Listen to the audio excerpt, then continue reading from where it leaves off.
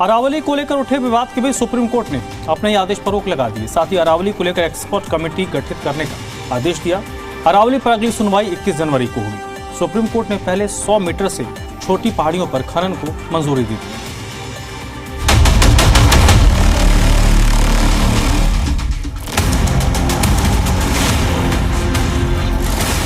अरावली बचाओ, अरावली बचाओ, अरावली हमारी माँ है।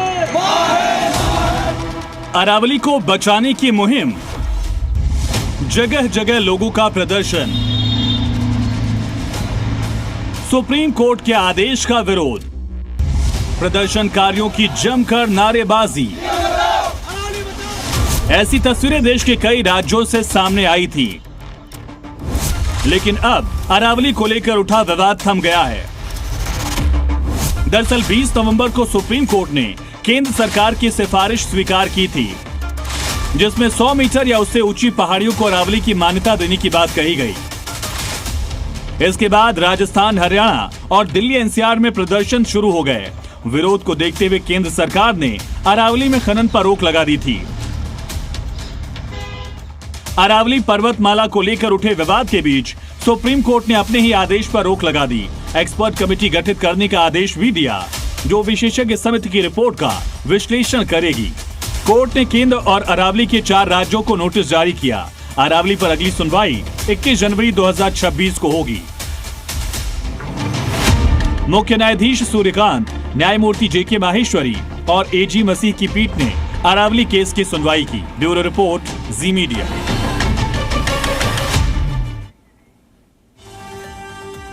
अरावली खनन के मामले में सुप्रीम कोर्ट ने अपने पुराने फैसले पर रोक लगाई है।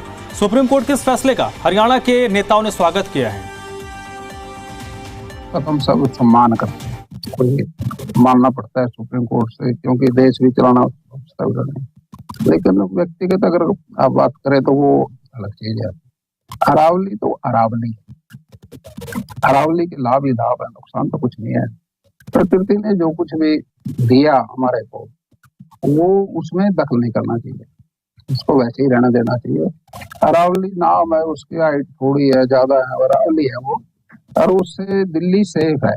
सो मोटर्स सुप्रीम कोर्ट ने संज्ञान लिया है फैसले का, क्योंकि हर प्रदेश में जनता की आवाज़ थी, लोगों की आवाज़ थी।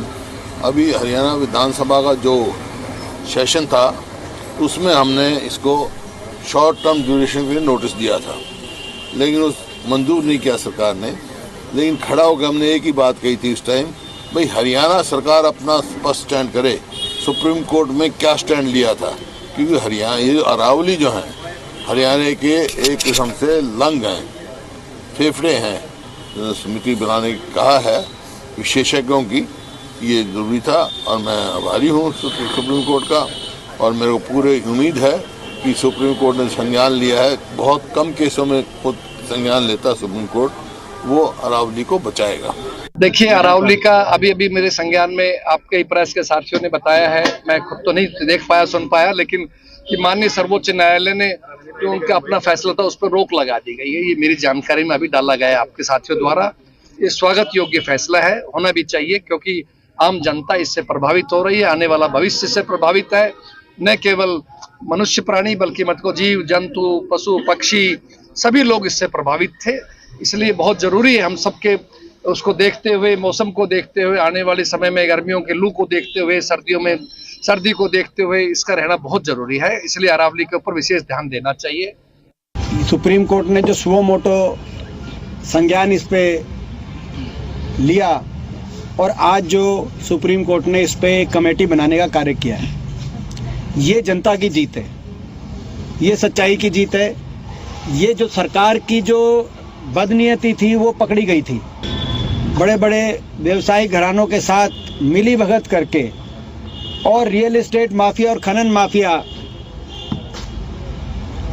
को अरावली बेचने की तैयारी कर रही थी। जब जनता को ये नीयत समझ में आई तो पूरे देश में आवाज उठी।